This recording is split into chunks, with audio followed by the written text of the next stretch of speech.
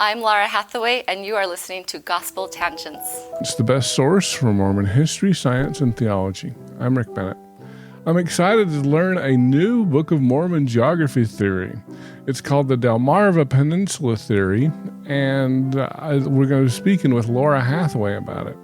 Now, Delmarva stands for Delaware, Maryland, Virginia. So it's on the East Coast, kind of the Chesapeake Bay area. It kind of ties in with Heartland a little bit. And so Laura's going to tell us more about this. You won't want to miss this conversation. Check it out. Welcome to Gospel Tangents. I'm excited to have an amazing Book of Mormon expert, and she's got a new, at least new to me, Book of Mormon theory that I've never heard of. So could you tell us your name, and do you have a name for your theory? Laura Hathaway is my name, and the theory does not have a name. I'm just going to call it the right Book of Mormon land for now. Okay, I'm going to give you a name. I think it should be called the Delmarva Peninsula Theory. Yes. Well, it was funny because I was like, Delmarva, what the heck is that? So tell us why it's called Delmarva. So Delmarva is taking Delaware, Maryland, and Virginia and combining it because it has all three states in that peninsula. And my theory is a little bit different than the regular Delmarva theory that's been out since the 90s at least, because I'm encompassing some extra land that makes everything make sense, that makes everything flow perfectly. So it's the Delmarva extended version theory. The extended Delmarva. So you're the second goer of this. There's at least two people ahead of me. There was a student at BYU. He was a nursing student in 1996, I believe. Mm-hmm. There was an article in BYU newspaper, and he proposed it there. And then Franklin Reed has a book out, and you can find it on Amazon. And he says it's the Delmarva Peninsula, just the Delmarva Peninsula. So it's not exactly my theory. This is funny because I feel like I'm kind of I'm the Book of Mormon geography expert, but I never heard about it until a month or two ago when you emailed me and said, hey, I got a theory. And I was like, what? I've never heard of this one. And I love it because it's a peninsula. Mm-hmm. It's in the United States. Yes. And so Delaware, Maryland, Virginia, it's kind of that area. It's a little north of Florida. Yep. So tell us more about it. And how did you decide that was the Book of Mormon land? So it was actually my dad and my brother that my brother looked at a map. My dad and I were both looking at Book of Mormon geography, and we were leaning towards Mesoamerica, and I just had my twins, and so I was reading the Book of Mormon. I wasn't on Facebook yet. I didn't know what to do with my fancy new phone, and so I was reading the Book of Mormon a lot. And I just started wondering, well, how does this fit in? I want to see it on a map. And so we started looking at mesoplaces, and I discussed it with my dad. And then my brother one day just looked at the map, and he's like, what about right there? That fits, surrounded by water. Looked at the Delmarva, so we started looking at it, and it doesn't. The problem with Delmarva, and why you probably haven't heard of it, is because people dismiss it. There's not the mountains. It's a very flat peninsula, and so we have hills in the Book of Mormon, and there has to be a river Sidon, and there's rivers, but they're not really going north-south direction, and just the size of it. How would you not see Zarahemla if you're going from the land of Nephi? How do they miss it completely? So it's been dismissed so fast, and that's probably why a lot of people don't know about Delmarva theory. And my dad, he just thinks outside the box, and he just started looking around, and he saw on the other side of the Chesapeake Bay that land fits, and so he just, I don't know, he just has a different mind, and he started reading the scriptures, assuming that this is the land, and started pinpointing where the towns would be, and things just started falling into place. And so 8 years later, here we are, and have our wonderful theory. Now let me ask you quickly, because I'm sure some people are going to be interested and will want to check out. Do you have a website? I do have a blog that I started a year ago, and I'm not a blogger, so I think it's bomland.blogspot.com. Okay. That's my blog so far. So people can check it out. Yeah, and I've got, I think 2 months worth of posts. So I think I had maybe 10 posts on there that gives you a feel for what it is. And okay. Ask me questions after you've read that. So well, there's cool. maps on there so you can see what I'm talking about. So one of the things I remember you pointed out to me was it's a north-south peninsula. Yes. Because Meso kind of looks east-west, yeah. And they have these explanations for why that's okay. But yeah, It seems like north-south makes a lot more sense. Yeah. So what are the other advantages to Delmarva Peninsula? The big one I discovered was that that area itself is below what's called a fall line. So there's an elevation change. A fall line, not a fault line. Yeah, FALL line is what they call it. Like geologists call it a fall line. And it's just a distinct change in elevation. So right above that, you have a more hilly area. It's called the Pedimont area. And when you're walking, if you're hiking, if you go down from that area down into the land, you will see different ecology, you see different animals. You are obviously know that you're in the coastal land. And so the down southward is more of a coastal land. Above it is more hills. But it's distinct. Like people said that they can tell when they come into that land. And Mormon, they talk about like we came into the land southward. It's not like they looked at a map and go, oh yeah, now we're in the land southward. They like knew just by walking that they were there. Okay, so because of this fall line, there's a very different geography. Yeah, geography, geology, ecology, just it's different. It's distinct. Now, would we say it's kind of a Mediterranean type climate? Yeah, more so than anywhere else. It's definitely more temperate. Like it doesn't get as hot in the summers, doesn't get as cold in the winters because of where it's located. So like I know the Baja. I heard that interview, or I read that book about the Baja. That's their big thing is it's more Mediterranean, and so this fits more that. Because I know the South America experts, and I'm having a hard time. I thought I had somebody lined up, but it didn't work out. So one of the big things they say for South America is Lehi brought seeds and they planted them, and that doesn't work so well in colder climates and things like that. So, like, I don't know, what do they have? Olive trees and things like that. Do they have that around there? I don't think they have olive trees, and I don't know, they planted them, they grew abundantly. We don't know which ones took off and which ones they continued on with. But we do have barley, and I think that is a big thing that the Meso people might not have but they call it little barley, but they grew it in the colonial times. Instead of maize and corn? Yeah, they did they did those, and they were farmers. They had, just like in the Book of Mormon, how they had bread for Jesus. They obviously were agricultural people, and these people were too. They're evidence of them. So this leads to what kind of Indians live in the Delmarva Peninsula, because I'm not familiar with it at all. So what's interesting is all of the East Coast Indians believe that they were descendants from the Lenape Indians.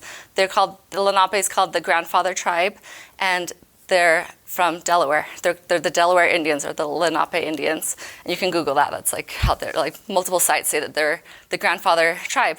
And then there's obviously like lots of splits, but you have the Mantiponi. I like that one because I thought Manti, it's not spelled the same, but there's the Mantiponi Indians in that area. There's the Piscataway, I'm blanking, but yeah, so there's just this group that was descended from the Lenape, and even as you go up the coast, they say that they're descendants from the same tribe that originated from the Delmarva. And I know this is probably, people are gonna not like this, but like Lenape, it's like the same syllables as Lemonite. Like it starts with an L, and I know that's like pushing it, but you can't like ignore it. There's at least an L and it starts. So it's a grandfather tribe. Sounds like Lemonite to me. I really need to get Brian Stubbs on, because he's done a lot of work. I know with the Uto-Aztecan languages, and supposedly that's kind of related to Hebrew, I guess. Linguistic at all. Yeah, so, and then... but it is interesting that Lenape is pronounced differently from different tribes. So even though that's how I'm saying, that's how it's kind of said now, like other tribes would pronounce it slightly different. So we don't know how it was originally said either. Okay. So you haven't had any language studies on it yet? Not like that, no. Okay. Well, cool. So what else? Tell us more about your theory. Okay, so I have like a list of all the great things about my theory. The distances between, so you have a day's journey that's on between like the East Sea and the West Sea for Bountiful. And if you go across the peninsula, you get a reasonable distance. It's like, between 14 and 20 miles. And then there's a reference to a day and a half's journey, right? And it says it's from the east to the West Sea. And what I propose is that follows the fall line. So it says the day and a half's journey is between the land bountiful, and the land desolation. So the land southward and the land northward. And it says the line between them. And we have the fall line, so it even has line in the word. But that distance is closer to between 35 and 40 miles, which would be more of a day and a half's journey. So I think that's really cool that they have a distinct line between the land southward and land northward that gives you the right distances, and you can have a shorter day's distance if you're down in the peninsula that would be more of a military, defensive line across the peninsula. Let me just refer to my notes, all the cool stuff I have here. So one reason our theory is so amazing is that there's a reference to the sea that divides the land. And what we propose is the Chesapeake Bay is the sea that divides the land southward. So you have on the peninsula itself, on the Delmarva, what we propose is you have the city of Nephi, a lot of like Lamanite cities over there, and then you have Bountiful above that would be below, just right below the narrow neck, and then above that would be Desolation. And then there's the sea, so that's the east shore, right? And then on the west shore of the Chesapeake is where you're going to find Zarahemla. And then below Zarahemla, you would still have, eventually, like when you're reading the word chapters, you have Lamanites that have come over there at that point. So they're below that area too. So they're on the Delmarva, and you have Lamanites below Zarahemla. I even propose that they're on the other side of the West Sea, and so when you have attacks with Helaman coming from the West Sea, they're coming from that area too. So they've expanded out. The Nephites have expanded up, and so that's where I get the sea that divides the land. I think that's so perfect. So what's kind of confusing, and my dad came up with this first, and it didn't make sense because I've always thought of an hourglass. You have to have the land southward, narrow neck, John land Sorensen, northward. right? Well, the Heartlanders just throw that thing out. They don't care. No, but if you're reading, even people make internal maps, that's like, it has to be this way. But if you follow the map and read every verse, it fits perfectly to how it's phrasing things.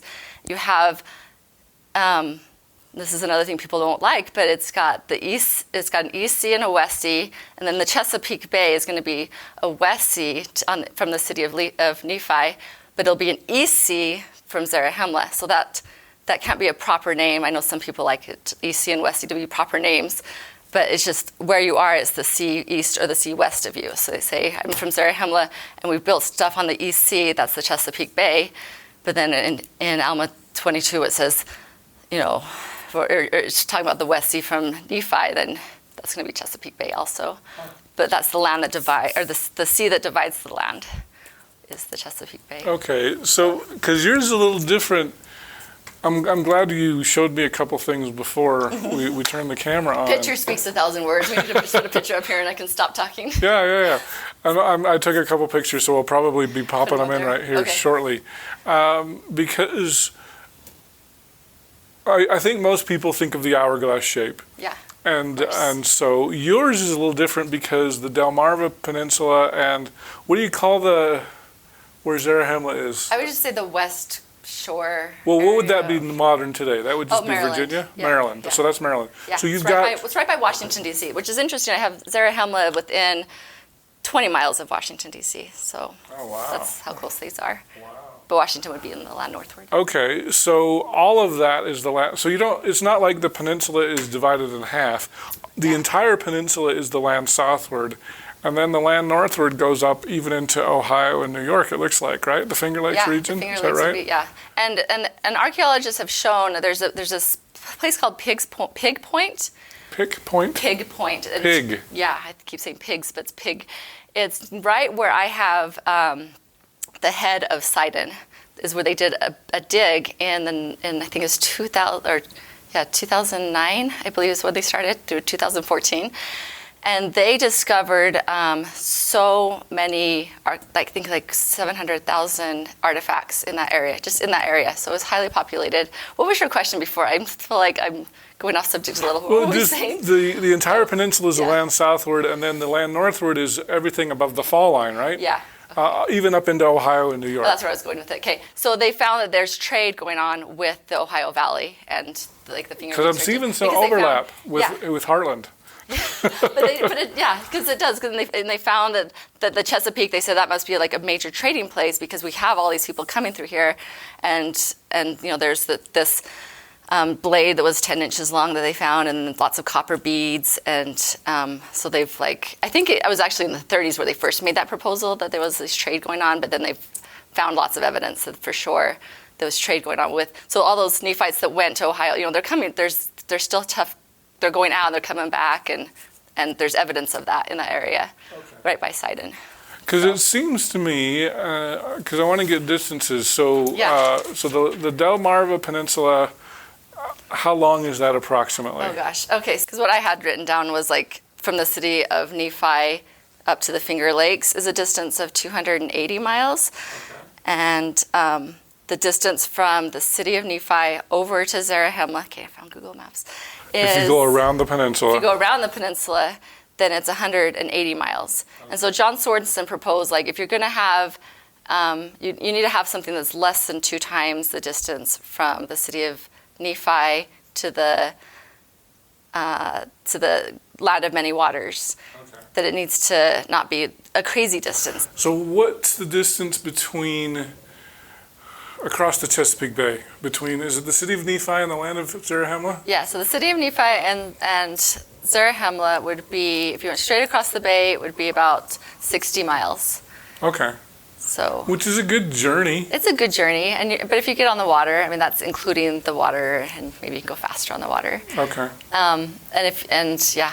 But aren't you paddling in canoes and things like that? That's going to take some muscle. They will. They know how to do it. They're actually really good at it. When John Smith came, that's what they were taking him. They took him up, up the Chesapeake and then up the Susquehanna River to another place, and they were really fast at it. And they even said, John Smith even has in his journals a 3-day journey. John Smith? Yeah. So this is interesting because you know how it talks about a man coming, or in 2 Nephi, and we always say it's Columbus that came. John Smith actually fits better with that description because he came right to the land. He mapped out the land. The people thought him to be the leader. He wasn't the leader, but they initiated him. The whole Pocahontas story, which they say Pocahontas did not save him. They were making him one of their chiefs, and that she wouldn't have been there because that's not how. Anyway, that's a different story. But so John Smith was in this land mapping out. He went up the Patuxent River, which I call Sidon, which is Sidon, and he went all around this land of the Book of Mormon. And then I even have this phrase that I've picked up on a couple different websites. So Pocahontas was Lenape? Indian? Well, not Lenape, but she was a descendant of the Lenapes. And yeah, I think she was Manaponi. So, okay. Sorry. There's this quote that says, in 1608, Captain John Smith explored the Chesapeake Bay and sailed up the Patuxent River. His claim that heaven and earth never agreed better to frame a place for man's habitation lured many English colonists to America. And that's what the Book of Mormon says. It says a man came, and then all these people came after. And it was partly from his report is why people decided to come. Because if it wasn't for him, they would have all died. He was negotiating and sometimes stealing from the Indians to feed the colonists. It would have fallen apart without John Smith. So I feel like that's a better description since Columbus never came, never set foot on, North America. Oh, yeah. So that was a side. That was a tangent, but what were we talking about? We're talking about distances. Okay, so distances. Yeah. So how long is the peninsula, by the way? The peninsula itself, from the very bottom to the narrow neck, would be 170 miles approximately. Okay, so you got 170 miles, and then another 280 miles up to the Finger Lakes. Well, the 280 that I was telling you about is from the city of Nephi, because there's the place in the Book of Mormon where they sent people to go find Zarahemla, and they couldn't find it, and they ended up in this land of many waters, and ended up with some records that. So, the Jaredites, they saw the destruction. They thought that the land of Zarahemla had been destroyed, but it was actually the Jaredites. So that distance from the city of Nephi up to the Finger Lakes is 280 miles approximately, as the crow flies. And how far down the peninsula is Nephi from the fall line? It's about, so I have city of Nephi to the top of Delmarva is about 70 miles. 70 miles, okay. Yeah. Okay, interesting. So they would have landed in the south, Lehi, and then they would have journeyed probably 50 miles up to the city of Nephi. So they were far enough away that they were safe, but they were still having wars within a generation or two, correct? So they couldn't have been too far away. They couldn't be found, but so a distance of 50 miles is sufficient to be safe to get away from his brothers, but then within a generation or two, they're having these wars with the Lamanites and Nephites were already having wars. So Okay. I think that fits perfectly, Okay. the distances. What else you got? So, I'm what gonna else do we let got? you get all the advantages. I know. and I I'll- probably I'll won't try get to it all pick out. apart later. Okay, so let me refer to some things I have here. So we talked about barley. There's the Palisade villages. So they, how it talks about they had timbers to protect the villages, but there's evidence of those. There's a city that's in this book. So this is, I don't know if you can see this. So this is like a children's book, but I found so much good information in this. Okay. It has What's it called? It's called Meet. Oh, I'm gonna butcher his name. Naiche? Yeah, Naiche. Okay. it has a pronunciation here. It talks about how they had like the political, how it was set up is they had. Well, first off, there's like it says the tribes had many kinds of chiefs for different purposes. The head chief was called the Tayak. The Tayak had to work just as hard as everyone else, and he did not get to make decisions alone. Holy people and a council called the Komoko advised him. During times of peace, chiefs called Wisos helped the Tayak. So if you think about the Book of Mormon, we have like secular leaders, and then we have religious leaders, and then we have war leaders. And did I already say that part about the war? So they had holy people that they conversed with. So Alma, like I said, they asked Alma where these people get across because he was the holy leader. They have just your secular leader, and then they have these chiefs, which Captain Moroni was one of the chief, would have been one of these war chiefs, right. And they even have a name for it. So. So sometimes people say, oh, they didn't have the civilization, they didn't have the politicals. Mesoamerica had enough people, and they had it set up where they could have it as is described in the Book of Mormon. But here, it's describing it exactly how it describes it in the Book of Mormon. Does that make sense? Okay. So you have all those chiefs, and then you have cities and that. This Naiche is from the Delmarva Peninsula area? So, yep. Okay. So Chesapeake, it says a native boy from the Chesapeake Bay area. Okay. So. He also references their cities, these towns. Well, this is one of their larger ones that had like 3,000 people just in that one place. And then they had these, let me see if I can find it.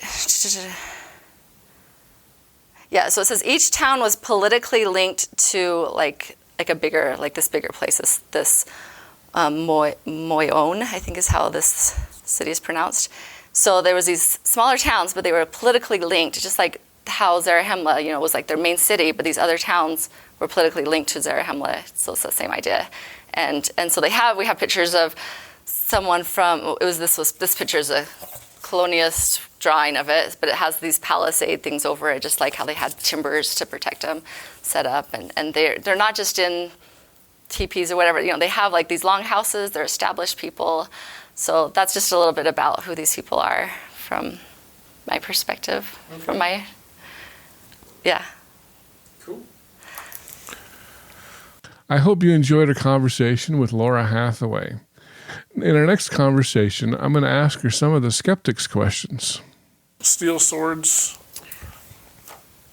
What do you think about that? That's a hard one because there is a place called Iron Hill, just north of this, right by the top of the Delmarva Peninsula, but in the peninsula itself, there's no metal. I don't know. The only thing that they could get it from is the Jaredites, because the Jaredites did live in that area. They could have been leaving things. They obviously had, stuff that they had that could have been left over. I don't know why Nephi doesn't say I found something and then smoldered it down, but that is a problem that there's no, in that area, the metal. So you acknowledge that? Thanks for listening to Gospel Tangents. If you'd like to support me, please subscribe at gospeltangents.com or on patreon.com/gospeltangents, or you can watch entire videos at youtube.com/gospeltangents. I really can't do this without your support. I'd love to do it full time, and I need a lot more people that are willing to help me out. So I'd really appreciate that. So thanks again for listening, and don't forget to check out some of our other videos.